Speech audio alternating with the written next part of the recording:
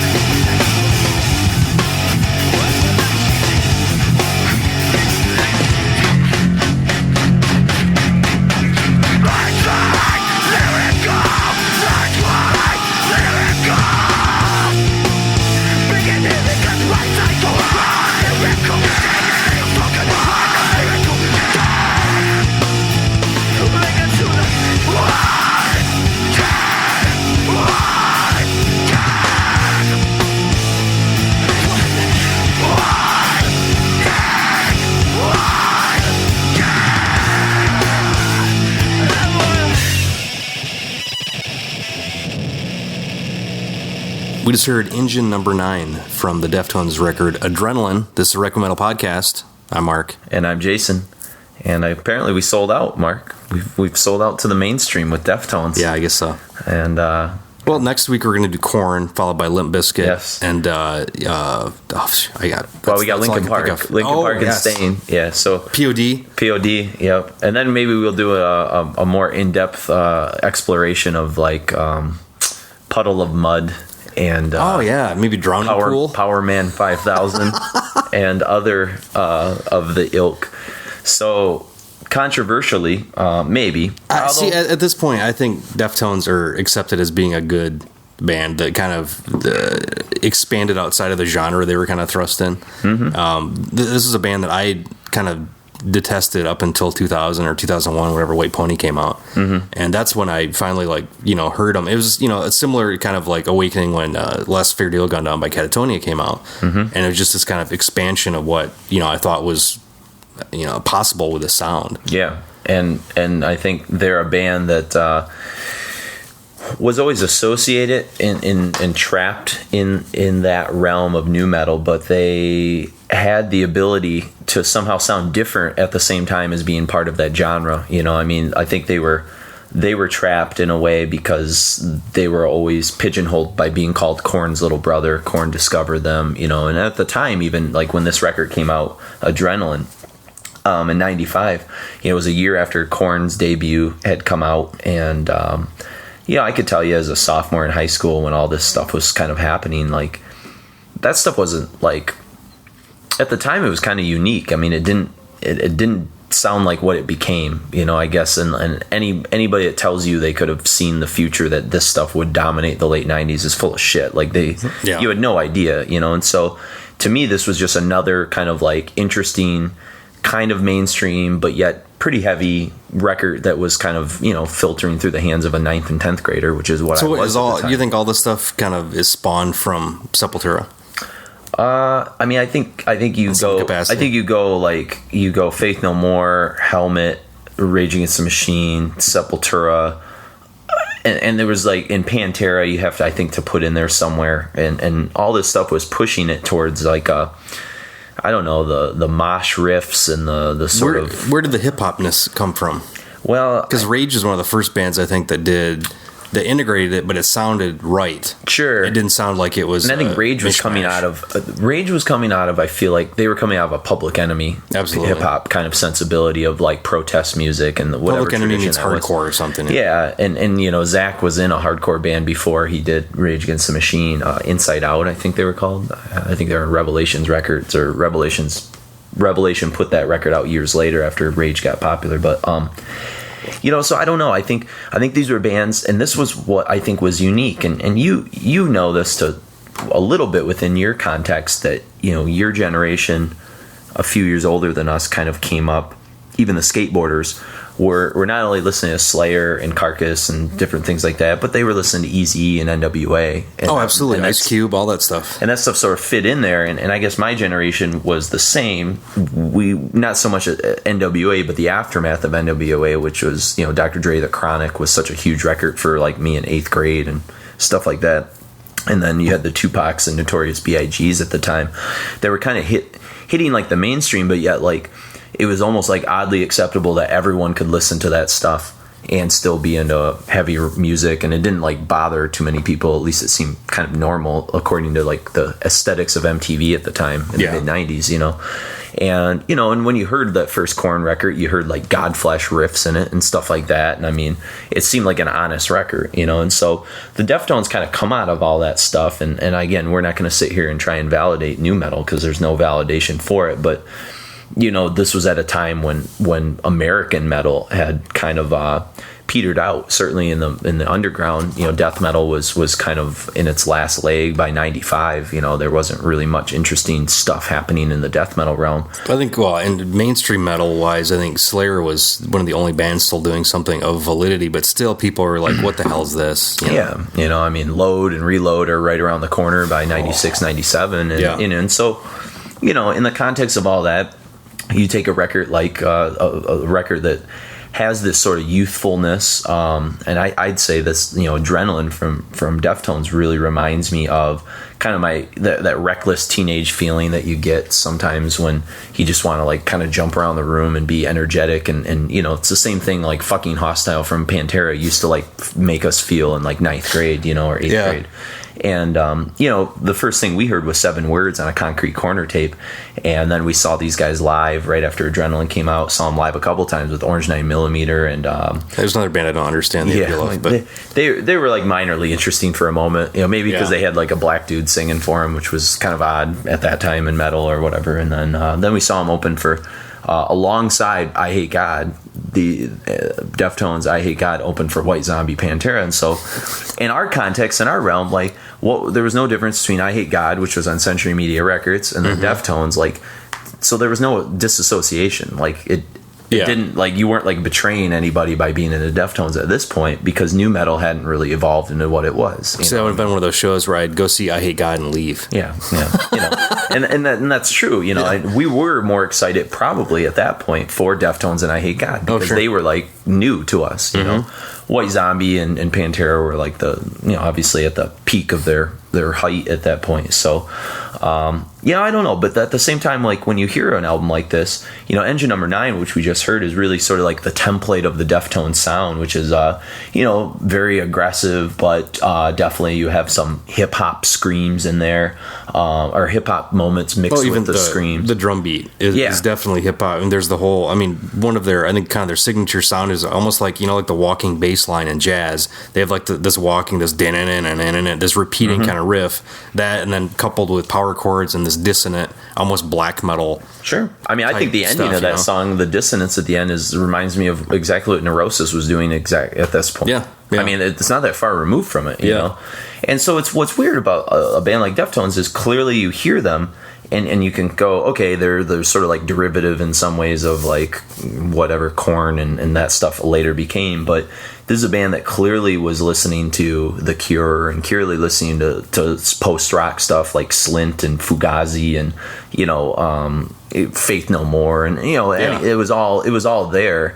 It just, they didn't have the maturity quite yet to grow it, and plus they were sort of pandering to a scene that was, I think, relatively new, which was this sort of Southern California kind of like aggressive metal kind of thing that was based around hip hop, which at the time seemed really innovative. I don't think if you quizzed anybody in '95 and said, does this sound like a record you'd heard before? People would be like, no. So at the time, like, it sounded really fresh to our ears, I guess. And clearly at this point in '95, you guys, you're listening to black metal and you're listening to like, Gothenburg stuff. All the Gothenburg shit. And so like this didn't, like, what the fuck do you care about? Like, what sounds like a bunch of 18-year-olds, like making a record. just the whole aesthetic thing. I can understand where it came from, but I was kind of like vehemently against the whole like wearing the kilt and the dreadlocks and the douchey kind of nature that Korn basically did. And I wear Adidas shoes, but I don't wear the track jackets and the dick targets and all that kind of stuff. But and it's funny because all that stuff, it came on. It didn't come on right away because I'm a self-admitting fan of the first Korn record, even though I don't own it anymore. If I was to hear a few songs of that, I wouldn't hate it. But what it ended up becoming, what kills me on that. what it ended up, they had gay nicknames and everything. I mean, or lame nicknames. It was weird. That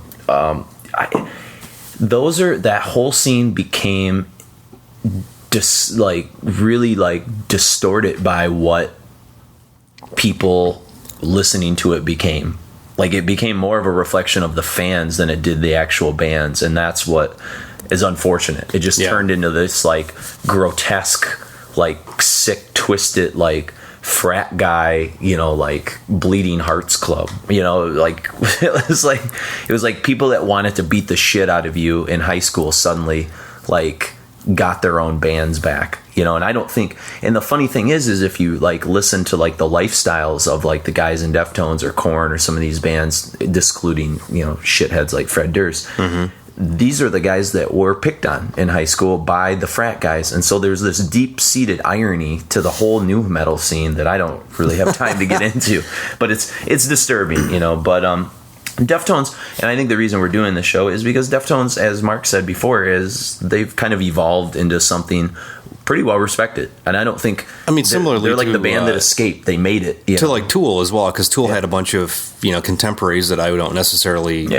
think are great, but I think Tool eventually matured into a band that's kind of their own thing. Absolutely. And this is a band they formed in Sacramento in 1988-89. Steve Carpenter on guitars, Chi Chang on bass, Abe Cunningham on drums. He's kind of the X factor too, and I'll come back to him. His drumming choices are odd. He's almost like the guy from My Dying Bride. It's deceptively simple too. That's the big thing. He just makes choices that like you don't always. It's like Ken Owen from Carcass. Like he just makes kind of off. Well, they're almost kind of like not rookie mistakes, but there's just this youthful like indiscretion to where like they don't have these ideas of what music has to be, and just like going from Carpenter that had, would he have a car accident, and that's how he taught himself how to play. Was it a skateboarding accident or something? I think he was riding a skateboard, get hit by a car or something like that. But basically, it's one of those things like Immortal, to where like you listen to riffs, like how the hell does anybody think to write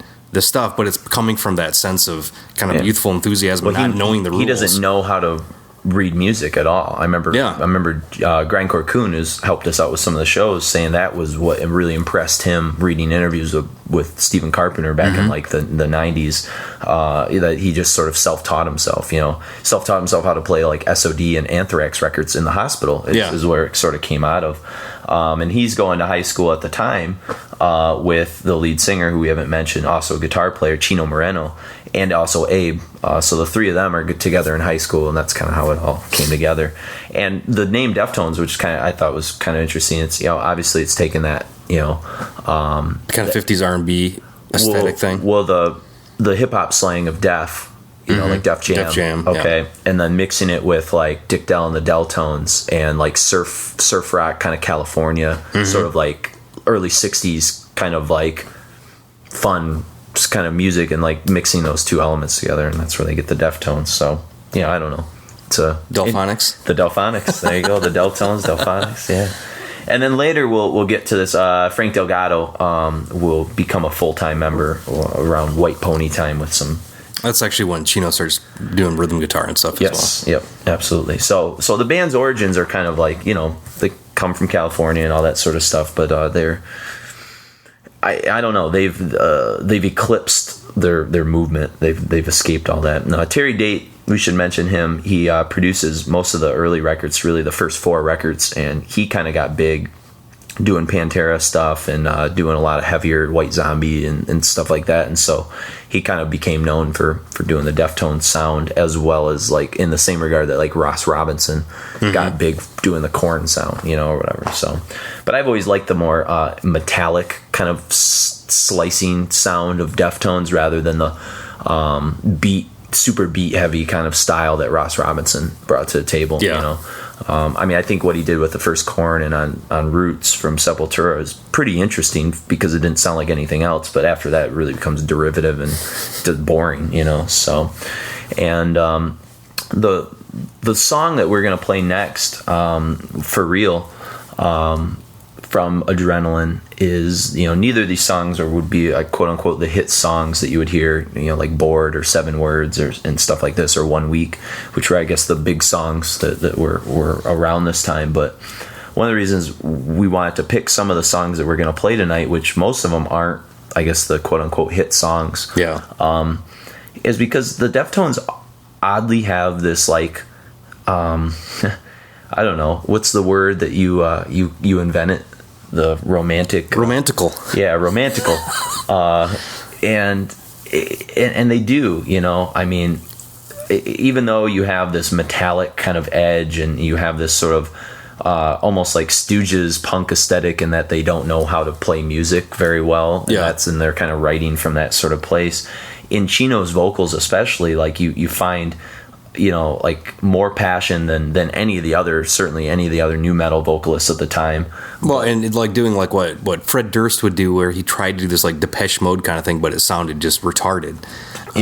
Chino's actually an unbelievable vocalist. Like hits like these weird, like almost Mariah Carey super high notes and stuff. But I think he's got this certain kind of what would you call it? There's an honesty to the lyrics, but the lyrics are kind of like almost nonsensical to some degree, but you can kind of get under the surface. There's like a real element of truth there, and there's a certain like passion I think that he brings to it, and sensuality without sounding overly romantic about the whole thing. But I wrote that like a Jeff Buckleyism kind of thing, but more modern. No, absolutely. I think it's cut from that same kind of cloth. I think Chris Cornell has some of that.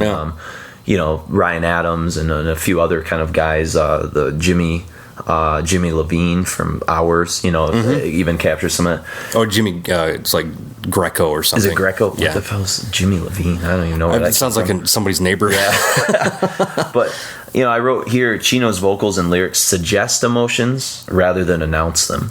Yeah. And so, like, again, some of his lyrics don't always, like, make sense, or they're, like, sort of poetic or abstract, but, like... But the way they're presented... Sense. Yeah, the way that he sings them gives them the meaning. It's not the words themselves, but it's the delivery, I think. And you hear that in this song that I kind of, that we pulled out, For Real.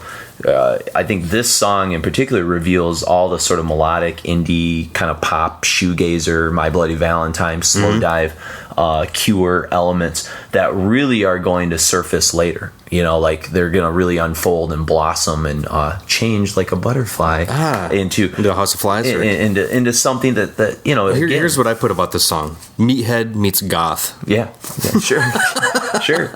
You know, and again, I think this is a band that wears their influences like clearly, like, you know, on their sleeves, and they don't quite know yet how to put all of this stuff together. You know, this is a band that's listening to like New York City post-rock stuff like Helmet and Quicksand, and yet like they're listening to like Ice Cube records probably, and like you know, wave records, and they're trying to throw all this stuff together into a blender, and it doesn't always work, but you know, it is what it is. So and so this is like, I guess, a good example off of a record that's for the most part pretty like in your face, you know, just like Engine Number 9, which we started off with, was. And so this will sort of lead us out of Adrenaline, their debut record, into their second record from 97, which I'll tell you a little bit about, and then we'll play some music here. And the second record, Around the Fur, at the time, like, I was kind of out of Deftones. Like, I didn't pick this up until a couple of years later when I started working at the record store, because Evie, who we worked with, who was in punk rock and hardcore kind of stuff, she was a really big fan of this record and would play it at the store. And I was like, oh, this is the new Deftones. I kind of had forgotten about these guys. Like, I wasn't really interested in what they were doing anymore, because by now, by 97, so entrenched in I'm death metal. Yeah, I'm in death metal stuff. But you know, it's a really natural evolution for them. It's slicker, it's more focused, and it's got kind of an equal combination of some of the commercial elements, but mixed in with the sort of harsh hardcore metal kind of elements.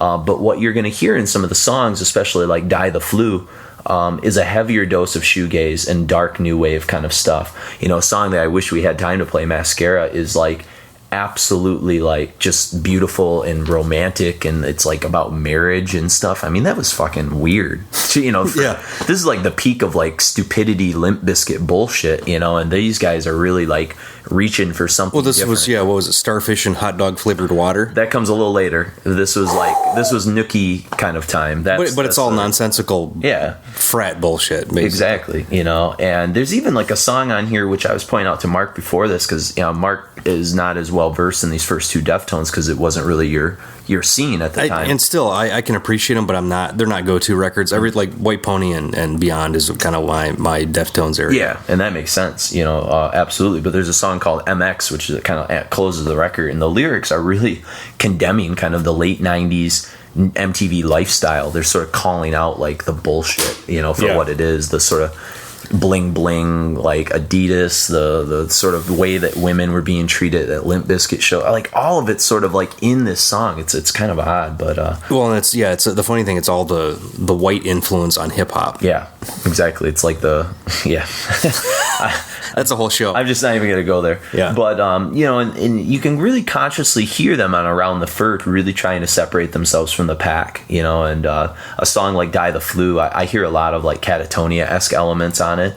Not that I think either band was listening to each other, but I think they were like walking in the same circles of like kind of weird influences. Like, well, and I think both they're in genres that they didn't necessarily fit in anymore. Yeah, and they were trying to kind of like spread their wings out and figure out what they want to do.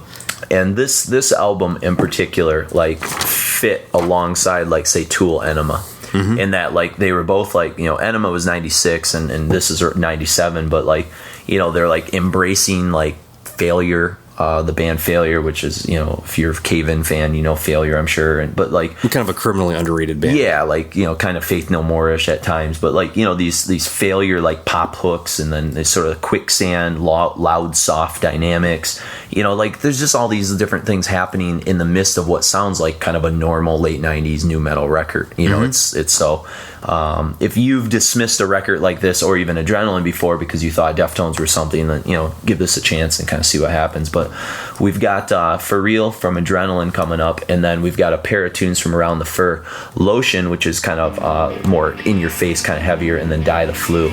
And then we'll close things out with our first song from White Pony. So enjoy.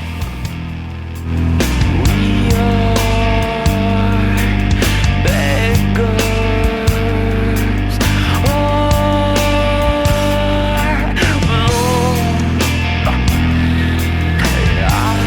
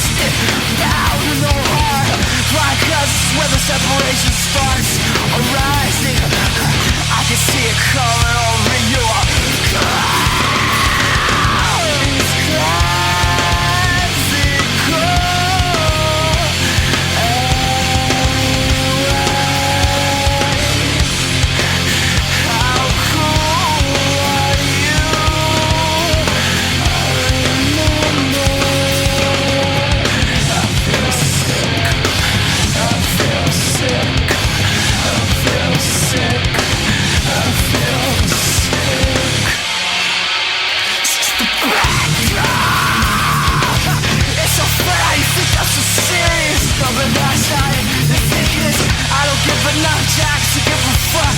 It's just plain boring. I am bored me. But it's classical.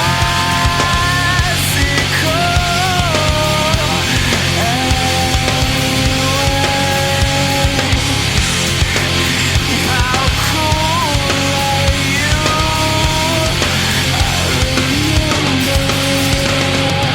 I feel sick. I feel sick.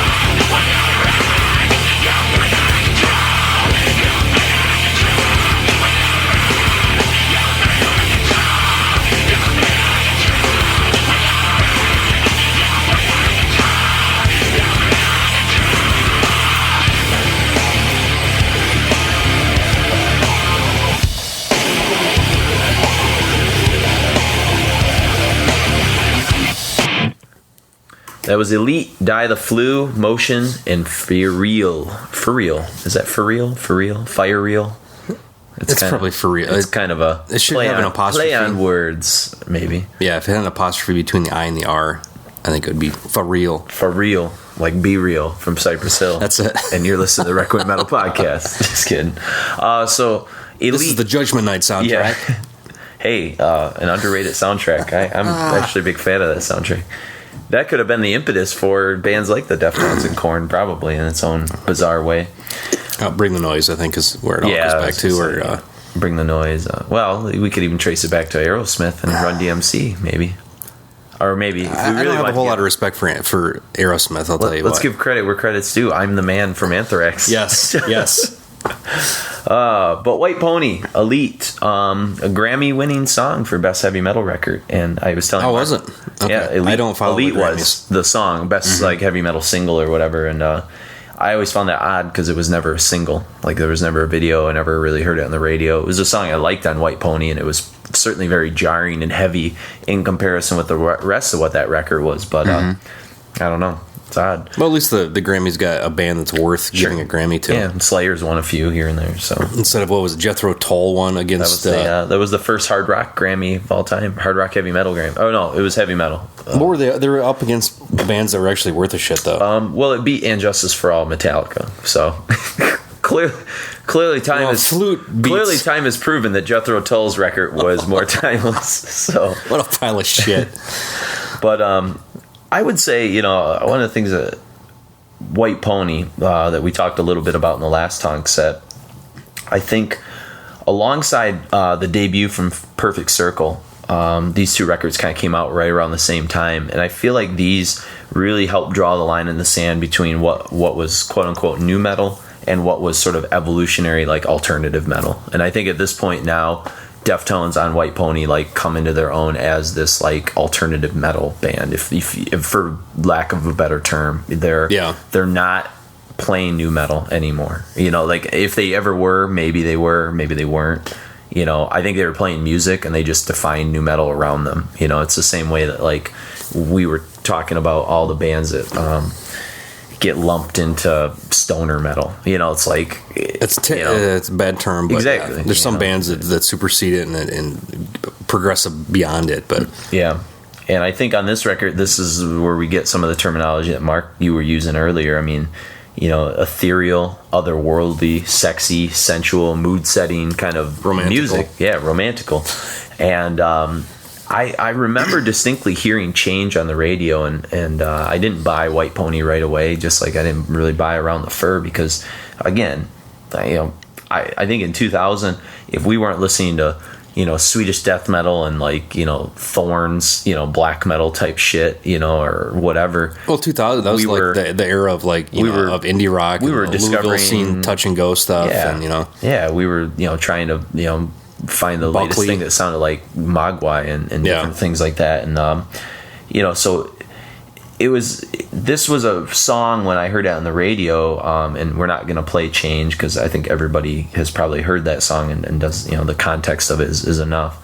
But, this song and this record really regained my attention, and is, like you were saying, at a time kind of, I guess, when I was very close-minded to American mainstream rock or metal. There was very little that was, impressing me or that I was even remotely interested in.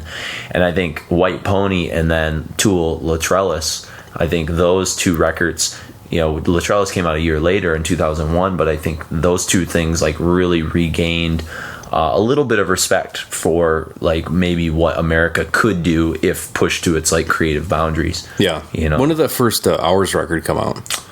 Right around that time, okay. I think, too. Because that was another one of those things, just a lot of these bands that Ours was the new band at that point, but it was something that should be unbelievably popular, and that I grabbed onto right at the U.S. scene, because that was probably when I was starting to rediscover all that stuff as well. Yeah, and I remember you, this was really cool, because this is kind of when Mark and I kind of start hanging out a lot, was right around 99, 2000. You would kind of re-entered the scene from your hiatus, self-imposed hiatus. And, this is right around the time, I think, maybe right before I lived with Brian. And I remember Jessica, the girl I was dating at the time, she really got into the White Pony kind of stuff and Change. And, that's another thing about this record. This is a great record to play for girlfriends almost. It was the kind of stuff you could play in the car that wouldn't annoy girls, and that they would actually see the kind of sensuality in Chino's vocals or something. There was just something that always attracted women to Deftones for some reason from this point on. Yeah. But this is where I remember watching you sort of evolve, not only getting and starting to kind of test the waters with jazz a little bit, but then especially with indie rock, because that was we were really bonding a lot through that, because we obviously had a common metal boundary, but I think alongside bands like Catatonia, we were kind of on our own journey, trying to find something else, Oh yeah, and I had when I was in college, I had a screen printing professor that turned me on to a bunch of the Louisville touch and go kind of era stuff, Pine Top 7, Will Oldham-ish stuff, and it was what the hell was the other one? For Carnation, stuff like that. But Dave Pajo from Slint. Yeah, he would explain the stuff to me in a way that I'd never heard anybody do it before, and I was just okay, this totally makes sense to me now. He's I need to explore this more. And the coolest part was that was happening, and then you would come and talk to me. I'd be oh yeah, I have Slint. Yeah. You should listen to that. And you'd be oh, really? Oh, okay. It was... But it's cool to get two different validating sides to the whole thing, You had, an indie guy that was clearly indie, and then you had, a metalhead like me that was kind of had dabbled in that stuff a little. And so it made me want to go out and explore more of that stuff and further push boundaries, and as it did, I'm sure, you. Oh, absolutely. And I think this record, and I'll explain this comparison in a moment, but I think this is very much eclectic in the way that, say, a Faith No More Angel Dust was, in that there was all these different weird kind of songs on the record, and it's kind of their masterpiece of stage one of the Deftones. I think maybe their new record is probably their second masterpiece in the evolution of it or whatever. And White Pony was such a commercial success, and not only commercial, but also I think critically. Yeah, and in the same way that I think Faith No More Angel Dust is revered by a lot of people, and for its eclecticness and stuff. But I think the Deftones were like almost like kind of pissed about. Well, they weren't pissed. Okay. I think they were worried about being trapped into a corner of like commercialized, you know, like that they would have to put out a bunch more changes and a bunch more like back to schools and different things, like these kind of hit MTV kind of songs. Yeah. And so the next record that they're going to do, which we'll hear in a second too, is their self-titled Deftones, which came out a few years later, and it's very harsh. It's very like almost. I mean, compared to White Pony, it's unlistenable. Yeah. To like the general audience. Yeah, except for like Minerva and Hexagram, which were the singles. But Yeah. and those even had like a certain amount of harshness to it in the way. I think I wrote that those two songs are like great, almost like Catatonia Viva Emptiness kind of radio songs, you know, or something. Absolutely. I mean, the rhythm guitar, the bass, the whole propulsion of the song is all so similar to Catatonia. I mean, we were talking about this off air, but they're like, why do these bands not tour together in the United States? Yeah. It totally makes sense. They toured in Europe, and that's the crazy Yeah. part. And I'll tell a funny story about Turkey later. Yeah, because they're like poster. the two band. I mean, they're almost like the same, two halves of the same, you know, band kind of thing. Because Catatonia has infinitely better guitar players as far as technical ability, yeah. and I think Anders, getting for more sure. like melancholy and you know, subtlety to the guitar. And then Deftones has like the penultimate best vocalist. Yeah. Jonas could only dream to do what Chino's doing, but they're so similar in approach and thematic stuff, and just the tone is just like, why do they not tour more? Yeah. But yeah. And so their self-titled, I was saying, to continue with the Faith No More thing, was like their King for a Day. Yeah. Which a lot of, you know, pissed a lot of like people off who wanted like Angel Dust Part 2. Well, and remember seeing like Mike Patton on MTV like screaming his ass off. Yeah. Like people are like, what in the hell is that? Like, no, that stuff had not been seen on MTV at that point in their normal rotation, and you know, him like climbing up in rafters and being an absolute fucking lunatic, you know? Yeah, sure. You know, and so it's like a conscious effort to not fall into, I guess, a pattern, you know, and certainly no one would ever accuse at this point. The Deftones have evolved their sound so much with every waking record that there's always that like common sound of that you kind of can just tell a Deftones riff for some reason, and you can tell Chino's voice from like almost anyone else. But other than that, like I mean, he's one of the best. I think he's one of the best rock vocalists around right now, easily. Yeah, easily. And you know, and this again, White Pony, and I think you would agree, I heard White Pony through the context of Catatonia. And like it made sense to me. I was like, oh, it's the American Catatonia. Like exactly. That was like that was weird. Right when Catatonia was making their big shift. Yeah, Last Fair Deal Gone Down came Or I guess out they're making their shift. You know, Tonight's Decision. But that was I think kind of a growing record. Like they didn't know where they were going with that one. That was just kind of like, okay, let's get away from death metal a little bit and see where we can go. And then like Last Fair Deal came in, and it's just like, okay, this is exactly what we needed. Right in the right in the gut, you know, emotionally. You know, speaking of that, the next song we'll play from White Pony, Passenger, you know, which featured Maynard from Tool. One of the best, I think, collaborations I've ever heard. Like, you know, a lot of times collaborations can kind of like fall sort of flat, but I would say Lemmy and Ozzy, I Ain't No Nice Guy After All, is one of my favorites. But it's pretty terrible as well. Well, and I brought up Ozzy and Lita, Close Your Eyes Forever. I think you know, Ozzy's at the top of his game in terms of his vocal dynamics there, but he might have been off the coke a little bit. Yeah, and maybe maybe he's slightly coherent. I don't know.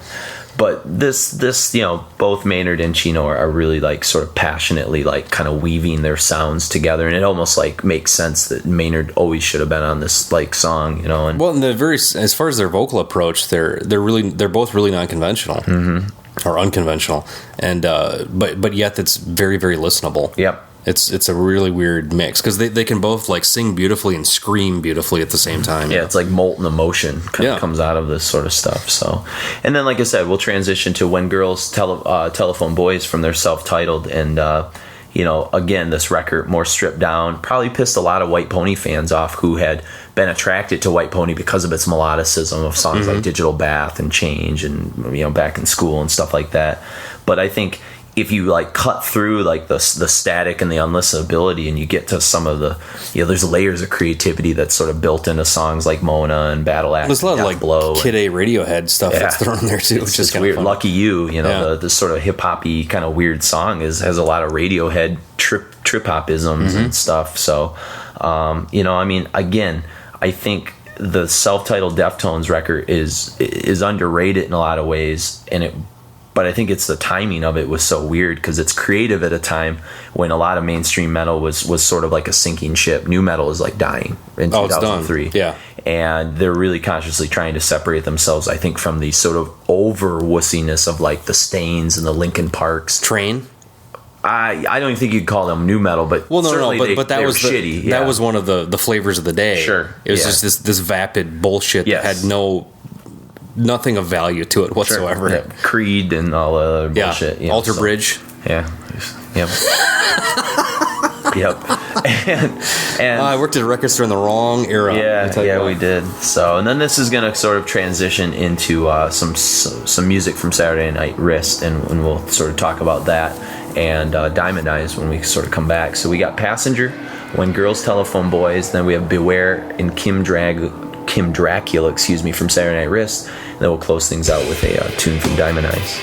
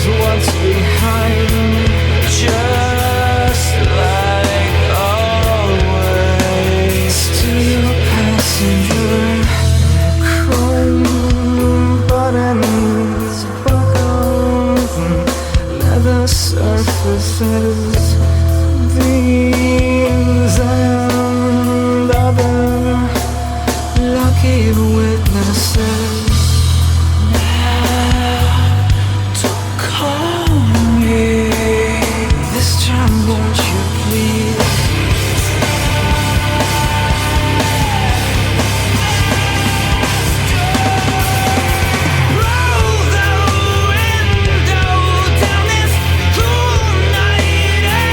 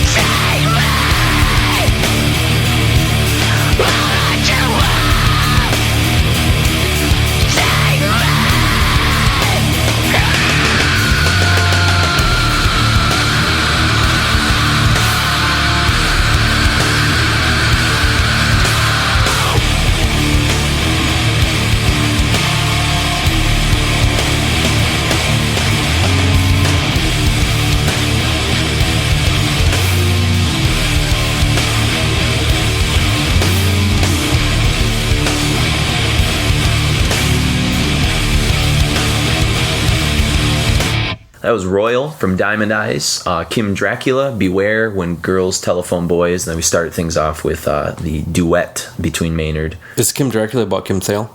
Maybe. I don't know. There's probably there's kind of some Soundgardenisms there. That'd be cool if it was. But yeah, Saturday Night Wrist, the two tunes there. I mean, this is the last time we saw Deftones actually was on that tour, right after that record came out. And, I they think. Played with what was it? Was Dorian Gray? Or Dorian Gray? Dorian Gray? What the hell's the band's name? It's based off the literary character. I couldn't tell you. The guy that's the immortal dude. Oh, really? Dorian Gray? Is that right? I don't know. They were that really weird Japanese emo sounding band or something. And then there was another band, oh my God, I'm not even going to try and guess what they were. But, Fall of Troy, I remember, was there. And that was a band like my students were sort of into. I don't even remember what they sound like. They're okay. It's nothing like mind-blowing. But, I think for a lot of people it felt kind of like a comeback record because I think the self-titled was just so like anti-commercial in a way, except for like Minerva and stuff like that. And when Girls Telephone Boys, one of the reasons we played that tune to represent that sort of sound, but yet there was like that catatonia rhythm guitar and different things that were sort of working on that. But then you hear in a song like Beware, just the sort of epic melodic quality to it. It's a big sounding song. It has like this build up that moves like towards that moment where it just goes into that heavy, very catatonia like breakdown, almost something that you would have heard off of Viva Emptiness or Great Cold Distance. I mean, it really had that same sort of feel to it.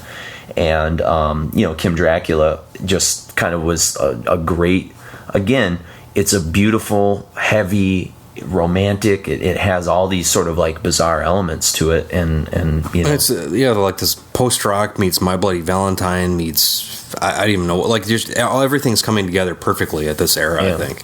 And this is it's the most eclectic probably record that they've put out.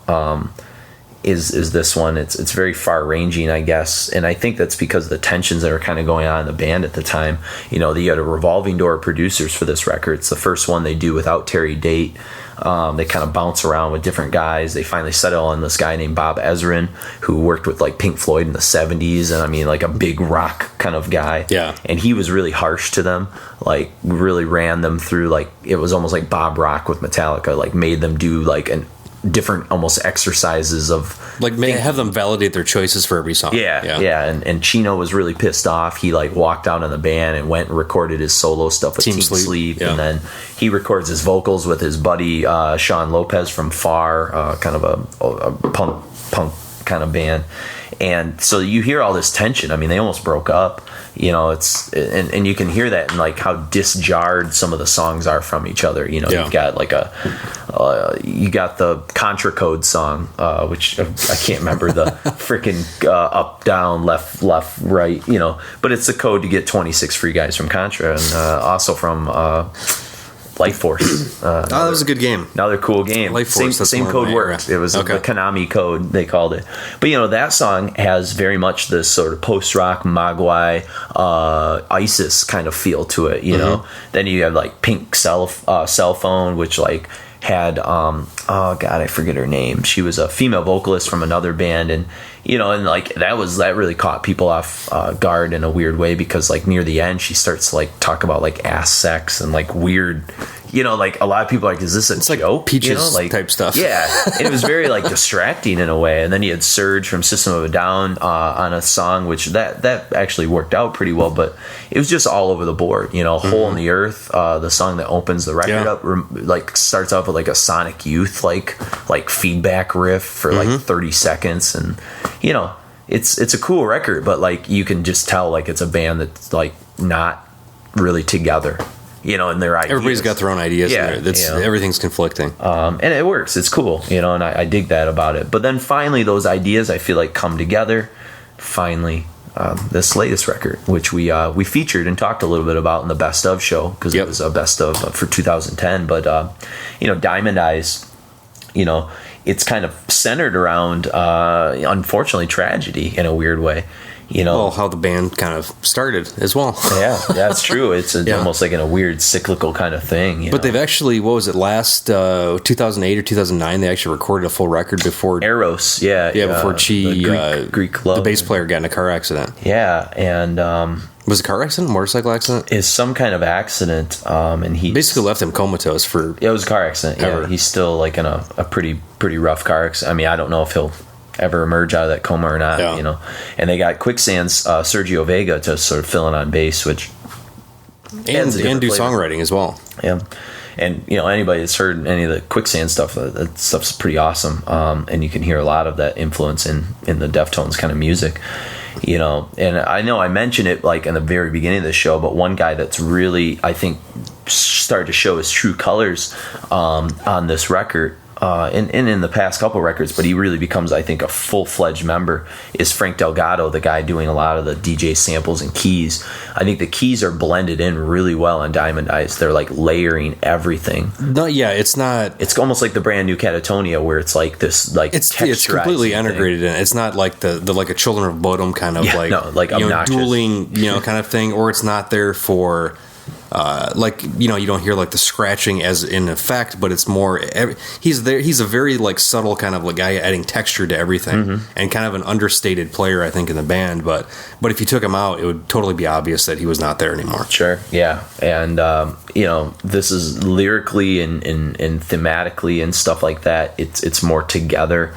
It's a band that's kind of found their path again after all these kind of like weird happenings in the 2000s. They experienced this like meteoric like success with White Pony, where they become like rock stars suddenly, and then they almost like say fuck you to that with their next record, which really Chino gets all fat, and then when he starts slimming down a little bit, he's they start doing better music and again. Also a lot of drug stuff is going on for Chino as well, and this is sort of like, this is a band that's sort of reflecting on the pain and the hardship. It's post-drug abuse. They're writing songs that I think reflect the sort of like sadness that they're feeling towards the bass player with Chi, they're conflicted as far as like because he was a pretty prominent member of the band, and definitely like contributed to the sound. Like, okay, he's out. Do we end the band or not? Yeah, and I'm glad they didn't. Sure, because I think this reminds me of like I think I wrote Radiohead's In Rainbows or Opeth's like Watershed, and that it's a band that's like obviously had a spotlight on them for a long time and has done like different experimental like approaches on different records, and I feel like they've sort of taken the best things from those last like 4 or 5 records and just sort of like put them together a lot more cohesive, and it sounds like a complete record from start to finish that like they had a vision for from the very beginning. Absolutely, yeah. And I think that's what makes Diamond Eyes hold up so well. And I know like within the mainstream metal community, this got like a lot of from Revolver and it's things like that. They love it. It's actually warranted. I think usually Revolver doesn't. Me and Revolver don't necessarily have the same aesthetic views of what the best album of the year is. It's usually like a Seven Dust or something I don't understand the appeal of. But and I think that's what's so interesting about Deftones is this is a band that like they sit so weird in the middle of the metal community, in that like they're like a Tool. Them and Tool, like death metal people will like Deftones and Tool. Mainstream metal people will like them. Even casual rock fans will like them. Yeah. And like indie rock kids, like an almost like hipster crowd, can like deal with the Deftones. Like they don't dismiss them like for intellectual reasons, because there's something like abstract about the Deftones still. Like there's like artful. There's kind of an art house vibe or an avant vibe to the whole. I mean, lyrical approaches and like imagery. I mean, everything's kind of just off kilter and weird, and they've never really kind of held to any kind of conformity to any scene at all. They've just done what they need to do at whatever time. Yeah, and I think that's, I mean, like the self-title has almost like a Converge, kind of vibe to the cover and stuff. It's exactly, like and even to the sound, is harsh in that way that Jane Doe or something. Like aesthetically, orally, any way they've needed to change, they've never had a very specific. They've had these certain things that I think they keep the same, but they're always constantly emerging as whatever kind of whatever they need to do, they do at that specific time. And I think that's why I feel justified putting them next to shows like by Burzum and other bands. Oh, absolutely, yeah. So, but we're gonna end with a pair of tunes from Diamond Eyes, Prince and 976 Evil. And one thing I want to say about Prince that goes back to Frank Delgado is I think this is like the best use of Delgado's keys up to date, and it really creates this like cool harmonic dissonance that sort of fits with these like pop hooks, and it's fucking genius is what it is. And like Prince and 976 Evil have these just hooks to them that are like incredible, and yet clearly they're not like the change of the record. You no longer have like the singles that are like super obvious. It's like every song could almost be a single, and that's what's like really cool about it. Well, at this point they're using 7 and 8 string guitars as well, and there's something I don't know if anybody picks up on this, but there's a huge typo negative vibe to the detuned guitars that they're using. I even heard somebody say slowed down Meshuggah too, which figure that one out for yourself, I guess. So it's like having the like really using simplified, these kind of simplified dissonant riffs, but then using the 7 and 8 string guitar now is kind of becoming, especially for simplified riffs for power chords, things like that, having those extra couple strings really add this weird depth that a lot of bands are kind of gleaning onto right now. And just to alienate everyone with that, you almost have to thank Korn for that. Korn really made the 7 string guitar like the proud thing. I mean, I will not. I hate to go there. I won't validate Korn for anything. In Flames is the new Korn. Yeah, there you go. So with that said, we'd like to thank Ron Mertz again for executive producing this episode. Yes. We do appreciate it, and hopefully we've done you proud. And if you'd like to executive produce an episode, go to the website requiemmetal.com. RequiemPodcast.com. RequiemPodcast.com. You can click on the Become a Producer. Basically, anybody who gives the most amount every week will become the executive producer of the show. We're thinking of doing the associate executive producer as well. If you'd like to get on that, basically any donation would qualify for that. Sure. But I think the key is you want to be the executive producer because that has the most clout. It does. I mean, it really it commands us on some level. Put it on your resume. You can we'll validate whatever. So you can put us down as a reference on your exactly. You put it on your resume. And we'll validate that you did executive produce the show. Sure. But let us know what you thought about the show. RequiemPodcast at gmail.com or check us out on iTunes. Leave us a review. Leave us we got some great feedback on iTunes recently. Yeah, so it's been great. Continue to be impressed with the things that you guys are saying, and we're also still running the contest. It's going to be getting pretty close here to Maryland Metal Fest. By the time you hear this show, I think we'll be there. I think there's still time to get those tickets in.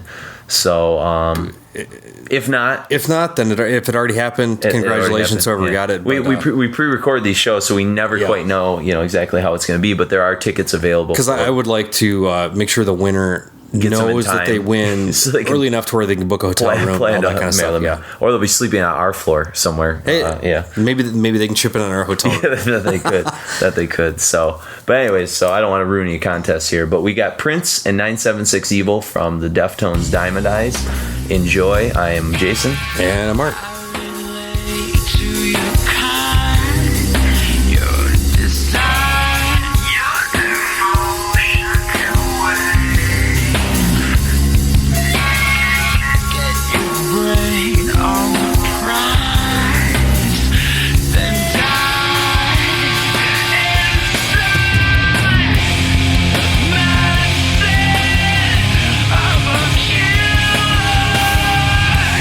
With you